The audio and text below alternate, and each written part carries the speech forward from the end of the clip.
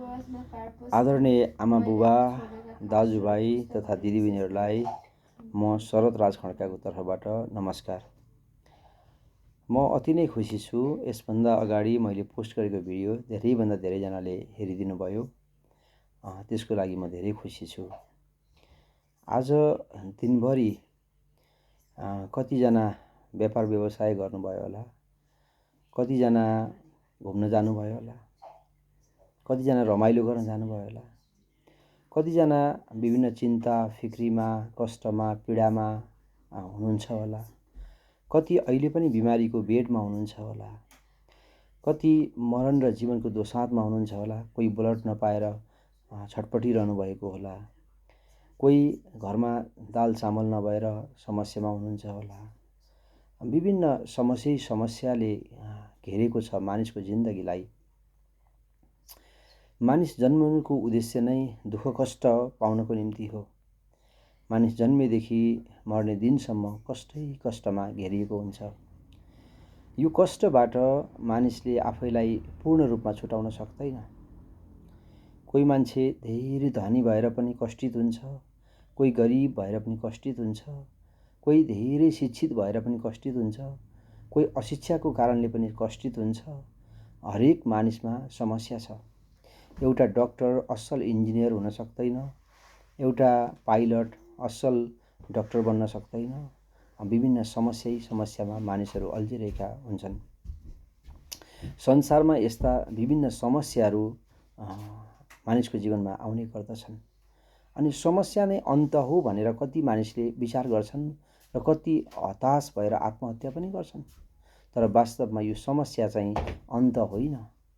समस्या चाहिँ कुनै असल कुरा थाहा पाउनको निम्ति एउटा खुड्किलोबाट अर्को खुड्किलामा चढ्ने माध्यम हो। एउटा कुराबाट अर्को कुरामा फड्को मार्ने समस्याको सामना गर्नुभयो भने तपाईँ चाहिँ एकदमै सफलतातिर पुग्न सक्नुहुन्छ। तसर्थ यो समस्याको कारणले हामी हताश हुनुपर्ने, चिन्तित हुनुपर्ने, अब सिद्धियो भन्नुपर्ने यस्तो कारण छैन। समस्या त जीवन रहेसम्म आइ नै रहन्छन्। तसर्थ यो समस्याको समाधान भनेको, यो समस्याबाट छुटकारा पाउने उपाय भनेको हामीले समस्याबाट छुटकारा दिन सक्ने व्यक्तिलाई रोज्नु, उहाँलाई चुन्नु, उहाँलाई चिन्नु र उहाँमाथि भर पर्नु एकदमै आवश्यक छ। एउटा सानो बालक आफै खोला तर्न सक्दैन, तर ऊ बुबाको साथमा छ भने बुबाको पाखुरामा झुन्डिएर उसले त्यो खोला सजिलैसँग पार गर्न सक्छ। एउटा उडुस उपियाँले खोला तर्न सक्दैन, तर कुकुरको जिउमा भएर कुकुरले खोला तरेपछि उसले पनि खोला तर्न सक्छ।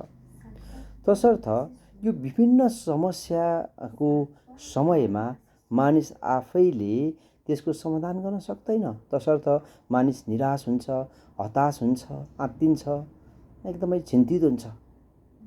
तर म तपाईँलाई आज एउटा कुरा बताउन चाहन्छु। हरेक समस्याको समाधान गर्ने व्यक्ति हुनुहुन्छ। उहाँ आजभन्दा 2000 वर्ष पहिला मानिसको दुःख कष्ट बुझ्नको निम्ति मानिसको रूपमा सृष्टिकर्ता परमेश्वर मानिसको रूपमा कन्या मरियमद्वारा गर्भधारण भएर संसारमा आउनुभयो। संसारमा जन्मिएर आउनुभयो। पवित्र पवित्र पवित्र परमेश्वर पूर्ण पवित्र मानवको रूपमा संसारमा आउनुभयो। हरेक मानिस पापले भरिएको, पाप लादिएको, पापी भएको कारणले मानिसले आफैलाई बचाउन सक्दैनथ्यो। तसर्थ मानिसको दुःख कष्ट बुझ्नको निम्ति, मानिसलाई यो एकदमै ठुलो समस्याबाट पार लाउनको निम्ति, मानिसलाई छुटकारा दिनको निम्ति सृष्टिकर्ता परमेश्वर येशू ख्रिस्टको नाउँले संसारमा आउनुभयो। आएर उहाँ हुर्कनुभयो, बढ्नुभयो अनि एउटा साधारण मानिसको रूपमा बाँच्नुभयो। तर उहाँले कुनै पाप गर्नु भएन। र उहाँ जब 30 वर्षको हुनुभयो, उहाँले सेवाकाई सुरु गर्नुभयो।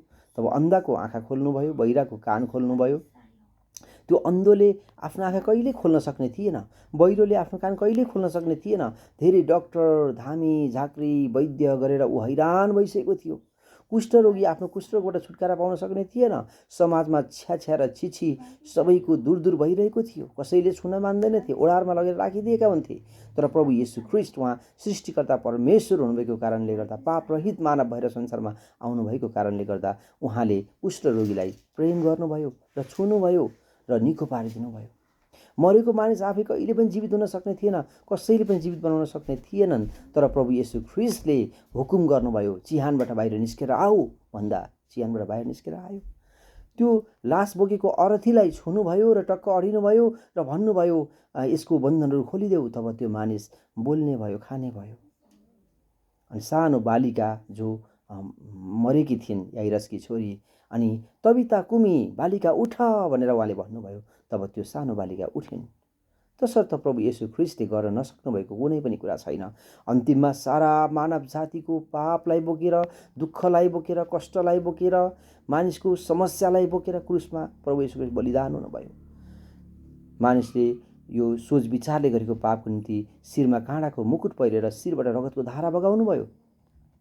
मानिसको हातले गरेको पापको निम्ति दुवै हातबाट रगत बगाउनु भयो। मानिसको खुट्टा जो पाप गर्न टाढा टाढासम्म जान्छ, त्यो खुट्टाले गरेको पापको निम्ति दुवै खुट्टामा किला ठोकेर रगत बगाइदिनु भयो। मानिसको यो छली हृदय, जो पापी हृदयले गरेको यो पापको निम्ति कोखामा भाला उहाँलाई हानिएको थियो र उहाँले त्यो कोखाबाट रगत र पानी बगाएर मानव जातिको पाप क्षमा गरिदिनु भयो। जसरी एउटी आमाले एउटा बच्चा जन्माउनको निम्ति छलछली रगत बगाउनुपर्छ, त्यसरी नै प्रभु येशू ख्रिस्टले पनि मानव जातिलाई नयाँ गरी जन्म दिनको निम्ति, स्वर्गीय राज्यको हकदार बनाउनको निम्ति, परमेश्वरको सन्तान तुल्याउनको निम्ति, परमेश्वरको छोराछोरी बनाउनको निम्ति, सारा मानव कष्ट आफैमाथि लिनको निम्ति रगत र पानी बगाउनु भयो। थोपा थोपा रगत बगाएर मानिसलाई उद्धार गरिदिनु भयो। जसले प्रभु येशू ख्रिस्टले बगाएको रगत मेरो पापको मोल थियो भनेर थाहा पाउँछन्, मेरो पापको निम्ति रगतको दाम तिर्नु पर्थ्यो, त्यो पवित्र रगत चाहिन्थ्यो। पवित्र रगत संसारमा कसैको पनि थिएन। तसर्थ परमेश्वर स्वयं प्रभु येशू ख्रिस्ट भएर संसारमा आउनुभयो र मेरो पापको दाम रगतद्वारा तिरिदिनु भयो भनेर विश्वास गर्छन्, तिनीहरूले सित्तैमा पाप क्षमा उद्धार मुक्ति पाउँछन्। यो उपहार हो, यो परमेश्वरको अनुग्रह हो। यसलाई अँगाल्नु सबभन्दा बुद्धिमानी काम हो। नत्र परिश्रम गरेर, धर्म गरेर, भेटिहालेर, कहाँ गएर के गरेर उद्धार मुक्ति पाप क्षमा पाउनु, स्वर्ग जानु, यो सम्भव छैन प्रियजनहरू। किनकि मानिसले असल गर्नै सक्दैन। करेलाको बिउबाट करेलै फल्छ, हैन? करेला, तिते करेला रोपेपछि तिते करेलै फल्छ, त्यहाँबाट मिठो मेवा फल्दैन प्रियजनहरू। त्यसरी नै मानिस चाहिँ पापी हो। पापी मानिसबाट कहिल्यै पनि 100% असल कुरा हुनै सक्दैन। कुनै पनि संसारमा एउटा पनि मानिस छैन जसले 100% सत्य गर्छ। कहिले आँखा नतर्ने, कहिले रिस नगर्ने, कहिले डाहा नगर्ने, कहिल्यै पनि नरिसाउने, कहिल्यै पनि लोभ नगर्ने, कहिले पनि नचाहिने काम गर्दै नगर्ने मानिस संसारमा कोही पनि छैन। सबै मानिसहरू पापी छन्। सबै मानिसहरू पापको बन्धनमा छन्, दासत्वमा छन्। सबैले पाप गरेका छन् र परमेश्वरको महिमासम्म पुग्नबाट चुकेका छन्। सत्य परमेश्वरसँग मिलापमा जान सकेका छैनन्। पापको ज्याला मृत्यु हो। मृत्युको अर्थ नरक हो। अनन्तकालसम्म बिमारी भएर, यस्तो बिमारी कि जुन बिरामी संसारमा कोही पनि छैन, अनन्तकालसम्म आगोले पोलेर आथा भन्ने, किराले टोकेर आइया भन्ने, प्रभु मैले तपाईँलाई किन विश्वास गरिनँ थुक्क भन्ने, अनि सहन नसकेर धारा किट्ने त्यो ठाउँ नरक हो प्रियजनहरू। त्यो नरकबाट बचाउन प्रभु येशू ख्रिस्ट आइसक्नु भएको छ। तपाईँको पाप धोइसक्नु भएको छ। तपाईँको पापको ज्याला तिरिसक्नु भएको छ। हिसाब किताब फच्चे गरिदिइसक्नु भएको छ। केवल विश्वास गर्नुहोस् र पाप क्षमा पाउनुहोस् र उद्धार मुक्ति पाउनुहोस्। म तपाईँलाई एकदमै प्रेम गर्छु र तपाईँ बाँच्नु भएको होस् भन्ने चाहना गर्दछु र यो भिडियो बनाउँदैछु। तसर्थ प्रियजनहरू, तपाईँहरू केवल प्रभु येशू ख्रिस्टलाई खोज्नुहोस्, बाइबल पढ्नुहोस्, असल चर्च जानुहोस्, परमेश्वरलाई भेट्नुहोस् र उद्धार मुक्ति पाप क्षमा पाउनुहोस् र हामी स्वर्गमा सँगै भेट्नेछौँ। परमेश्वरलाई धन्यवाद भएको होस्। सुनिदिनु भएको लागि धेरै धेरै धन्यवाद।